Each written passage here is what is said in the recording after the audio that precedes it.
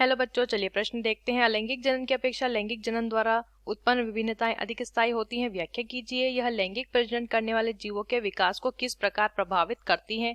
आइए जानते हैं यहाँ पर हमारे प्रश्न की मुख्य अवधारणा।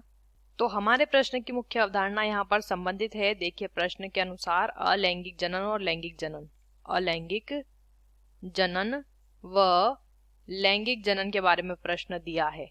लैंगिक जनन के बारे में प्रश्न दिया है। अलैंगिक जनन, जहां पर एक ही जीव अपने समान संतति को जन्म देता है अपने शरीर के भाग या संरचना द्वारा। लैंगिक जनन में दो जीवों की आवश्यकता होती है, एक नर होता है, दूसरा मादा होता है। अब ये तो लैंगिक जनन और अलैंगिक जनन की बात हुई। प्रश्न दिया है अलैंगिक जनन की अपेक्षा लैंगिक जनन द्वारा उत्पन्न विभिन्नताएं अधिक स्थायी होती है। व्याख्या कीजिए।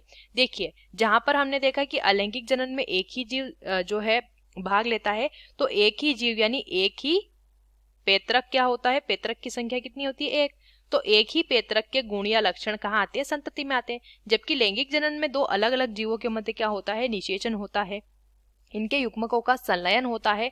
तो यहाँ पे दो जीव के गुण या लक्षण संतति में दिखाई देते हैं। तो इसकी वजह से इस जीव में विभिन्नता जो है वो ज्यादा भी होती है और स्थायी भी रहती है। ये तो हुआ एक प्रश्न का उत्तर। ठीक है, यहाँ पे क्या होता है, पीढ़ी दर पीढ़ी परिवर्तन आता है जब दो जीव के मध्य निषेचन हो रहा है या दो जीवों के मध्य क्या हो रहा है, संकरण। लेकिन एक ही पेतरक के गुण जो है संतति में आ रहे हैं, उस संतति से फिर संतति उत्पन्न होती है, तो वही गुण उस संतति में जाते हैं। ये प्रक्रिया अलैंगिक जनन के अंदर होती है।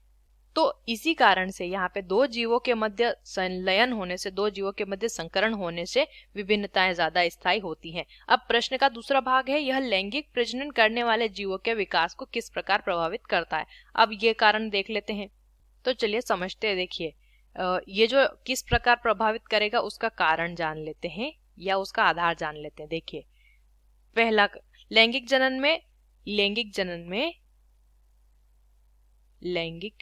जनन के अंदर जो डीएनए की प्रतिकृति में त्रुटियां आ जाती है, जो डीएनए की प्रतिकृति के दौरान जो त्रुटियां आती है, उन त्रुटियों के कारण क्या उत्पन्न हो जाती है, जीव में विभिन्नता उत्पन्न हो जाती है। एक तो इस तरीके से प्रभावित होता है लैंगिक जनन वाला जीव। ठीक है, दूसरा जो संतति होगी उसमें क्या होता है, उसमें क्रॉसिंग ओवर की वजह से, क्रॉसिंग ओवर जो होता है पेतरक पीढ़ी के गुणसूत्रों में, उस वजह से भी क्या देखने को मिलती है, उस वजह से भी विभिन्नता देखने को मिलती है।